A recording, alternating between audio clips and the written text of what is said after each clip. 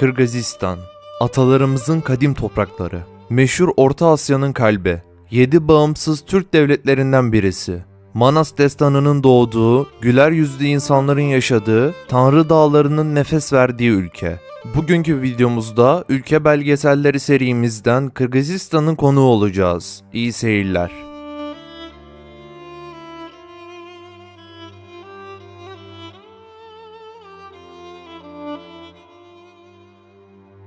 Zirveleri buzla kaplı yüksek sıra dağların çevrelediği Kırgızistan bir Orta Asya ülkesidir. Sınır komşuları Kazakistan, Özbekistan, Tacikistan ve Çin'dir. Ülkenin neredeyse %90'ı dağlarla kaplıdır. Tanrı Dağları'nın en yüksek noktası Kırgızistan sınırları içindedir ve deniz seviyesinden 7439 metre yüksektedir. Ormanlar ülke topraklarının yaklaşık %4'ünü oluşturur. İlginç olarak dünyanın en büyük doğal ceviz ormanlarından biri Kırgızistan'dadır. Kırgızistan adının Kırk veya Kırk kabile anlamına gelen Türkçe Kırgız kelimesinden türediğine inanılıyor. Bu isim ülkenin zengin göçebe mirasını ve bölgede yaşayan çok sayıda kabile grubunun tarihi birliğini yansıtıyor. Stan tanımı Farsça'da toprak veya yer anlamına gelir ve genellikle Orta Asya'daki ülkelerin adlarında bulunur.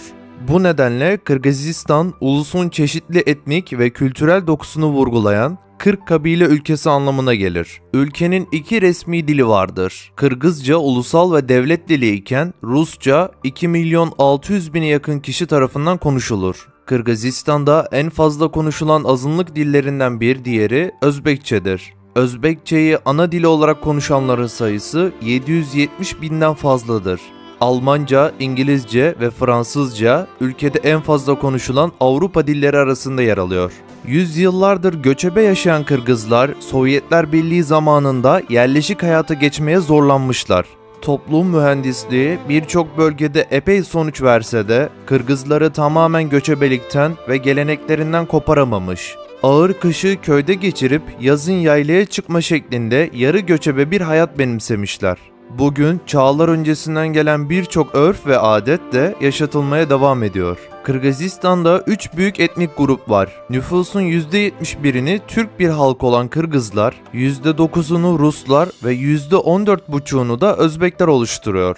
Her grup bulundukları bölgenin kültürünü etkilemiş. Bişkek'te Rusların yoğun olması burayı daha batılı bir yer yaparken, Özbeklerin yoğun olduğu yerlerde Kırgız kültürü daha tutucu bir İslam anlayışı ile harmanlanmış. Bölgesel farklılıklar olduğunu da söylemek gerekir. Göçebe Kırgızlar kurulumunun ve nakliyesinin kolay olması sebebiyle keçeden yapılma yurtlarda Kırgızca adıyla bozüylerde konaklıyorlar. Gece içinde serilen yer yatakları gündüz toplanıyor. Herkes bir yurtta beraber yatıyor. Keçe hem kendi üretebildikleri bir ürün hem de iyi bir yalıtım malzemesi olduğundan yüzyıllardır göçebe Kırgızların vazgeçilmezi olmuş. Keçenin üzerine de muşamba geçirerek yağıştan korunuyorlar. Yurt diye geçen obalarda en küçükten en büyüğe, at üstünde sürü gütmekten hayvanlara yem vermeye tüm aile fertlerine bir görev düşüyor.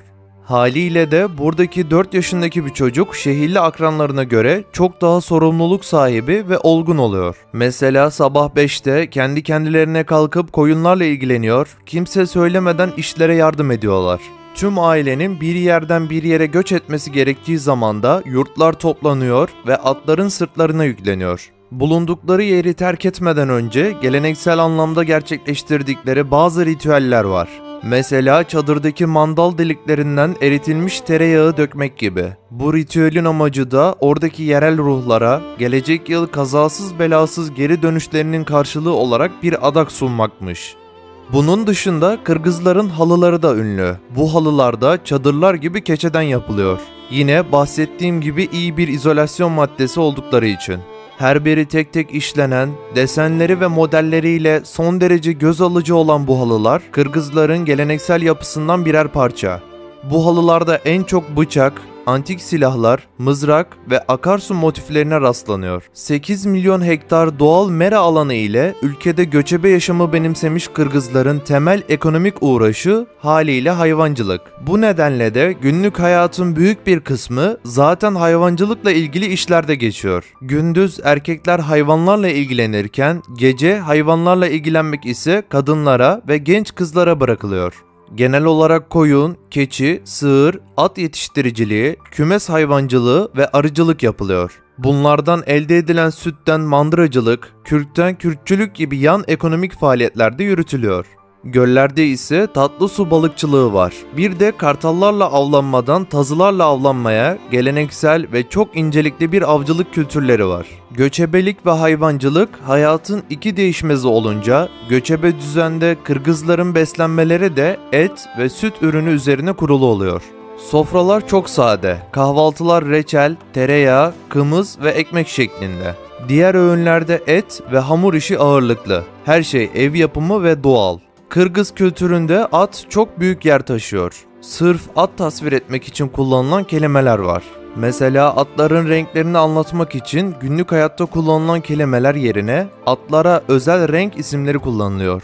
Atın her yaşının bir ismi var. 0-1 yaş arası at kulun, 1-2 arası tay, 2-3 arası kunan, 3-4 arası bıştı yani pişti, yetişkinliğe erdi demek. Biraz da Kırgızistan'da evlilik geleneklerine bakalım. Maalesef Kırgızistan'da evliliklerin önemli bir kısmı kızın kaçırılması veya gelin olmaya mecbur bırakılması şeklinde gerçekleşiyor. Yasalara aykırı olsa da polisler, aileler, konu komşu herkes bunu bir gelenek olarak kabul edip kimse müdahale etmiyor. İşin garibi bunun ölmüş olan bir gelenekken Sovyetler Birliği'nin dağılmasının ardından tekrar hortlaması. Kırgızistan'daki evliliklerin 1/3 Alakaçuu adı verilen kız kaçırma yöntemiyle gerçekleşiyor. Peki nedir bu gelenek? Alakaçuu, Kırgızca'da genç bir kadını kaçırma anlamına geliyor.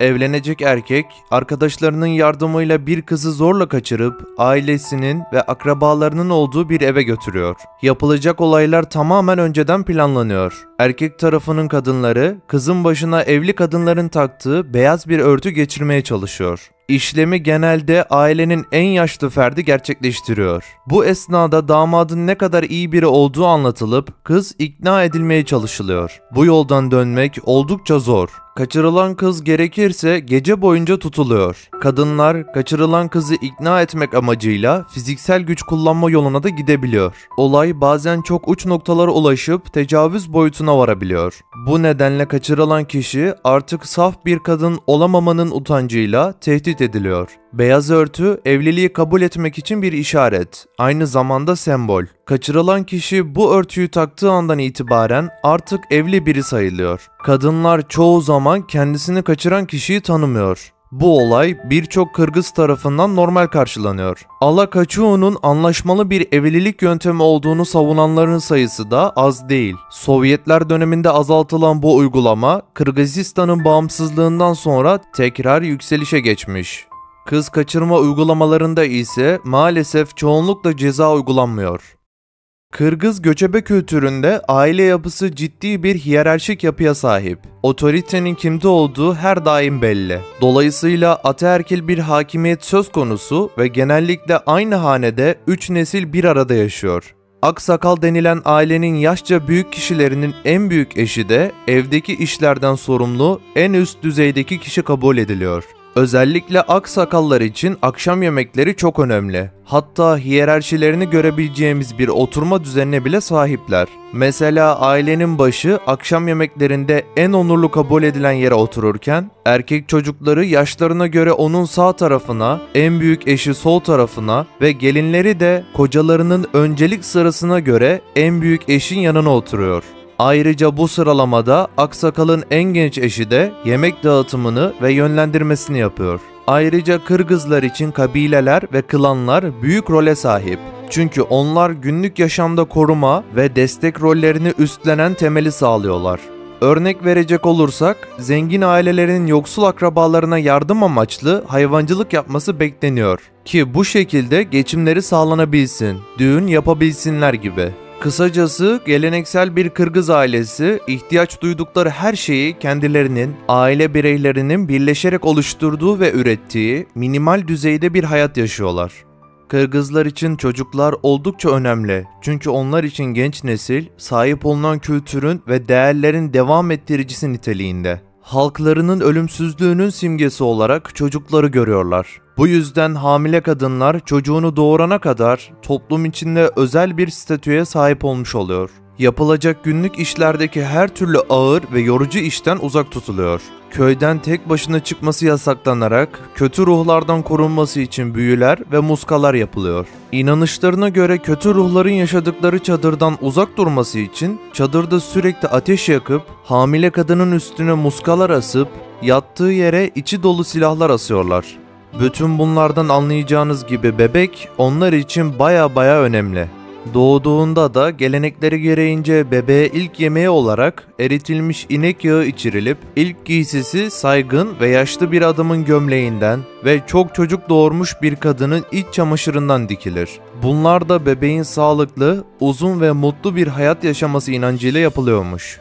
Bebeğin doğumuyla ailenin düzenlediği bir takım törenler yapılır. Çeşitli etkinliklerin olduğu ziyafetler düzenlenir. Bebeğe ad koyma töreni yapılıp bu törene de en saygın ve yaşça büyük olan kişiler çağrılıyor. Bütün bu güzelliklerin yanında bebeğe kadın tarafından isim verilemez oluşu oldukça ataerkil bir özellik.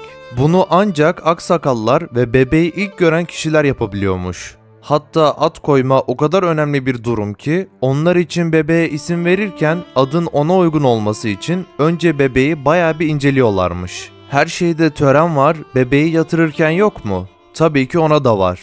Bebeğin ilk kez beşiğine yatırılacağı gün beşik töreni düzenleniyormuş. Yaşlı bir kadın tarafından geleneksel bir ninni eşliğinde beşiğine yatırılıyormuş bebek. Onun da kötü ruhlardan korunması için beşiğine çeşitli boncuklar ve muskalar asılıyormuş. Bunun gibi daha birçok tören ve inançlarına göre yaptıkları şeyler mevcut.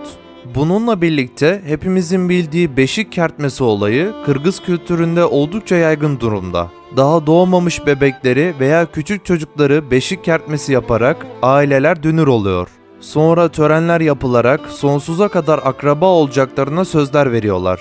Başka bir evlilik yolu olan ve tüm konar göçer yaşayan Türklerde olduğu gibi kocası ölen dul kadının kocasının abisiyle evlenmesi geleneği burada da var.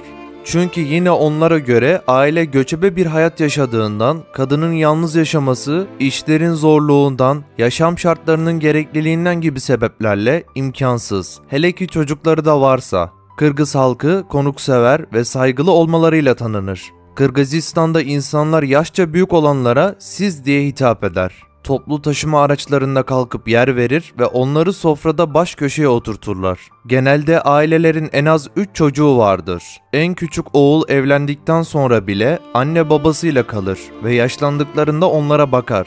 Kızlar ise küçük yaştan itibaren iyi bir ev kadını olmayı öğrenirler. 15 yaşlarına gelen bir kız bir evi çekip çevirecek kadar beceriklidir. Kutlamalarda ve cenazelerde bir koyun ya da at kurban edilir. Kurban eti parçalara ayrılır ve hangi parçanın kime verileceği belirlenir. Paylaştırma konukların her birinin yaşına ve toplumdaki konumuna göre yapılır. Bunda yine saygı önemli rol oynar. Sonra ulusal bir yemek olan 5 parmak ikram edilir. Bu elle yenen bir yemektir.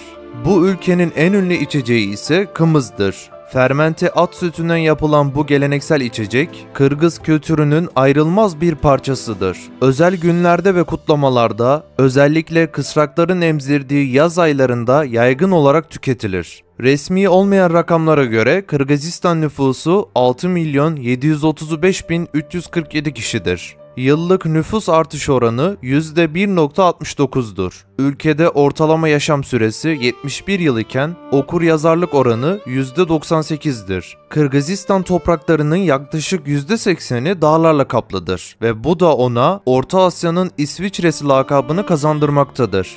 Ülke Pamir ve Alatau Sıra Dağları gibi etkileyici sıra dağlarıyla ünlüdür. Ziyaretçilerine nefes kesen manzaralar ve açık hava etkinlikleri için ideal fırsatlar sunar. Kırgızistan refah düzeyi ve ortalama gelir bakımından dünyanın yoksul ülkeleri arasındadır. Türk devletleri arasında en yoksul ülke olan Kırgızistan, 2010'lu yılların başlarındaki dalgalı seyrine rağmen ülke son 10 yılda ortalama %4 civarında bir büyüme yakalamayı başarmıştır. Ancak bağımsızlık öncesi dönemde ekonomisinin tamamen Sovyetler Birliği'ne bağlı olması nedeniyle 1990'lı yıllarda büyük ekonomik sorunlarla karşı karşıya kalmıştır. Şu anda Kırgızistan'da yoksulluk oldukça yaygındır ve kişi başı ortalama yıllık gelir 1000 doların biraz üzerindedir. Turizmin Kırgızistan ekonomisindeki payı gayri safi yurt içi hasılanın %3 ila 4'ü arasında değişmektedir. Kırgızistan'ın turizm endüstrisi diğer bazı ülkelerdeki kadar gelişmiş olmasa da popülaritesi giderek artıyor. Görkemli dağlar, kristal berraklığındaki göller ve uçsuz bucaksız dağ çayırları dahil olmak üzere ülkenin büyüleyici doğal manzaraları dünyanın dört bir yanından macera arayanları, doğa severleri ve açık hava meraklılarını cezbetmektedir. Bişkek, eski adıyla Pişpek ve Frunze, Kırgızistan'ın başkenti ve en büyük şehridir. Bişkek aynı zamanda Çuy bölgesinin idari merkezidir. Bölge şehri çevreliyor ancak şehrin kendisi bölgenin bir parçası değil. Kırgızistan'ın bölge düzeyinde bir birimi. Bişkek, Kazakistan-Kırgızistan sınırına yakın bir konumdadır. Nüfusu 2021'de 1.074.000'di. Sizi gözlerinizi bağlayıp bir uçağa bindirip Bişkek'e yollasak, Rusya'ya geldiğinizi sanarsınız. Ülkenin geri kalanına pek benzemeyen başkent, Sovyetler Birliği'nden kalma Lenin heykelleri, %20'lik sapsarı Rus nüfusu ve sokakta yaygın olarak Rusça duyulması sebebiyle insanı bir afallatıyor.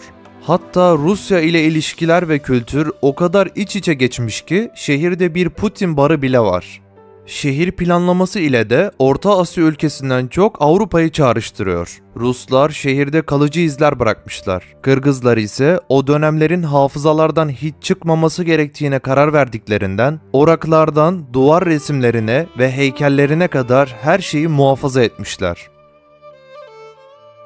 Videomuzun sonuna geldik. Sizlere çok daha fazla ve kaliteli belgeseller üretebilmemiz adına videomuzu beğenerek ve kanalımıza abone olarak bize destek olabilir. Aynı zamanda bizlerin daha birçok belgesel severe ulaşmasını sağlayabilirsiniz. Ayrıca sol tarafta dünyadaki en ilginç şehir ve kasabaları anlattığım belgesel yer alıyor. Sağdaki oynatma listesi ise sizler tarafından en çok beğenilen videolardan oluşmakta.